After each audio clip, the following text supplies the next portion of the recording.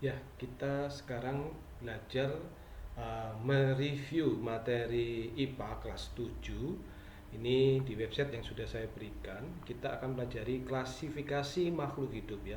Saya ambil dari artikel yang saya sediakan di website ini. Saya baca yang paling bawah ya. Kalau kalian ingin melihat ya, di pertemuan sebelumnya sudah ada ya, kalian bisa melihat gambarannya. Kemudian saya ambil yang artikel paling bawah saja untuk memudahkan kita belajar ya anak-anak kelas 7. Oke, saya ambil. Ini kalau kalian ingin melihat PowerPoint juga bisa ya. Mana yang mudah buat kalian dan yang paling mudah untuk pembelajaran. Oke, saya ambil yang paling bawah. Nah, di sini ada pengertian klasifikasi makhluk hidup. Sebentar, saya bawa yang ke bawah saja untuk memudahkan ya, memudahkan. Yang pertama, ini klasifikasi makhluk hidup itu suatu proses mengelompokkan organisme berdasarkan persamaan, kedua perbedaan, ciri yang dimiliki supaya apa? Lebih mudah dikenali, kemudian mudah dipelajari dan diteliti. Itu definisinya ya, pengertiannya. Apa itu klasifikasi makhluk hidup?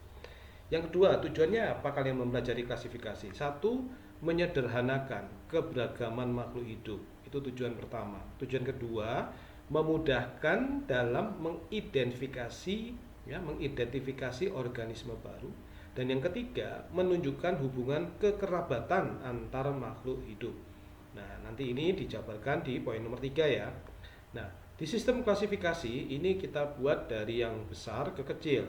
Ada warna merah itu tingkatan, kemudian pink ini penjelasan, kemudian ada coklat atau ungu, ini contohnya. Kalau coklat itu bagian dari tumbuhan, kalau ungu itu hewan. Yuk kita yang pertama ya, tingkatannya. Ini paling tinggi adalah kingdom. Kingdom itu kerajaan. Paling rendah adalah, kita ingat-ingat dulu ya. Kingdom, phylum, kemudian apalagi kelas, ordo, family, genus dan spesies. Oke, kingdom dulu. Kelompok terbesar makhluk hidup, contohnya plantae kalau itu tumbuhan, kalau hewan itu animalia. Phylum itu istilah untuk hewan, untuk tumbuhan divisi. Oke, pengelompokan dalam kingdom berdasarkan ciri tubuh utama. Kalau hewan, anthropoda, itu contohnya serangga dan laba-laba. Kelas itu pembagian phylum lebih lanjut. Karena di sini dominan hewan ya, kita pakai phylum. Kemudian apa itu kelas? Contohnya mamalia, yaitu hewan menyusui. Ada ordo. Ordo itu kumpulan makhluk hidup dalam kelas tertentu, ya kan? Kelasnya tadi kan mamalia. Nah, kumpulannya jadi karnivor atau karnivora, pemakan daging. Terus di dalamnya lagi ada family. Family itu organisme yang lebih mirip lagi. Ya contohnya Felidae. Felidae itu keluarga kucing. Kemudian di bawahnya ada genus. Genus itu kumpulan spesies yang sangat dekat. Contohnya Panthera, itu macan atau singa. Dan spesies itu unit terkecil, bisa kawin dan menghasilkan keturunan subur. Contohnya Panthera tigris, ya, harimau. Ya, ini sistem klasifikasi. Ingat-ingat ini ya. Kemudian contoh untuk klasifikasi, ini ada manusia, ada jamur tiram dan pohon bambu. Saya bacakan yang manusia saja ya.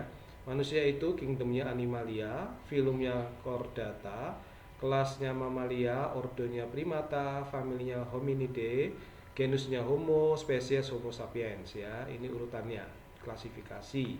Kalian bisa cari untuk yang lainnya. Kemudian sistem 5 kingdom menurut Whittaker ya, ada kingdom itu ciri umum, ada contoh. Ada monera, sel 1 prokaryotik, contohnya bakteri. Ada protista, sel 1 eukaryotik, amuba, gangga. Ada fungi tidak berklorofil, heterotrof, ragi atau jamur. Ada plantae berklorofil, autotrof, mangga, padi. Dan animalia tidak berklorofil, heterotrof, kucing dan burung. Jadi 5 kingdom menurut Whittaker ya. Kalau kalian ditanya ini, sebutkan ini ya. Nah, ini gambarannya mengenai pengertian, tujuan manfaat, dan urutan klasifikasi makhluk hidup. Ya, tingkatan dalam taksonomi ini ya, mulai kingdom sampai spesies tadi ya. Kemudian sistem tata nama, ada binomial nomenklatur, penamaan menggunakan nama Latin. Sistem klasifikasi, ada alamiah, artifisial, filogenetik. Ada identifikasi makhluk hidup, ada ciri makhluk, persamaan perbedaan dan pemberian nama. Ya, ini contohnya sistem 5 kingdom. Monera, Protista, Fungi, Plantae, Animalia. Ya. Kalau mau lebih detail silahkan dibaca artikelnya yang lebih atas ini ya. Ya, ini ada semua. Nanti kalian baca lebih teliti dan presentasinya juga dilihat, dibaca, dan ini ada keterangannya kingdom masing-masing kingdom. Oke, hierarki dan seterusnya. Mudah ya. Nanti setelah ini kalian bisa mencoba kisi-kisinya di halaman selanjutnya. Oke, thank you.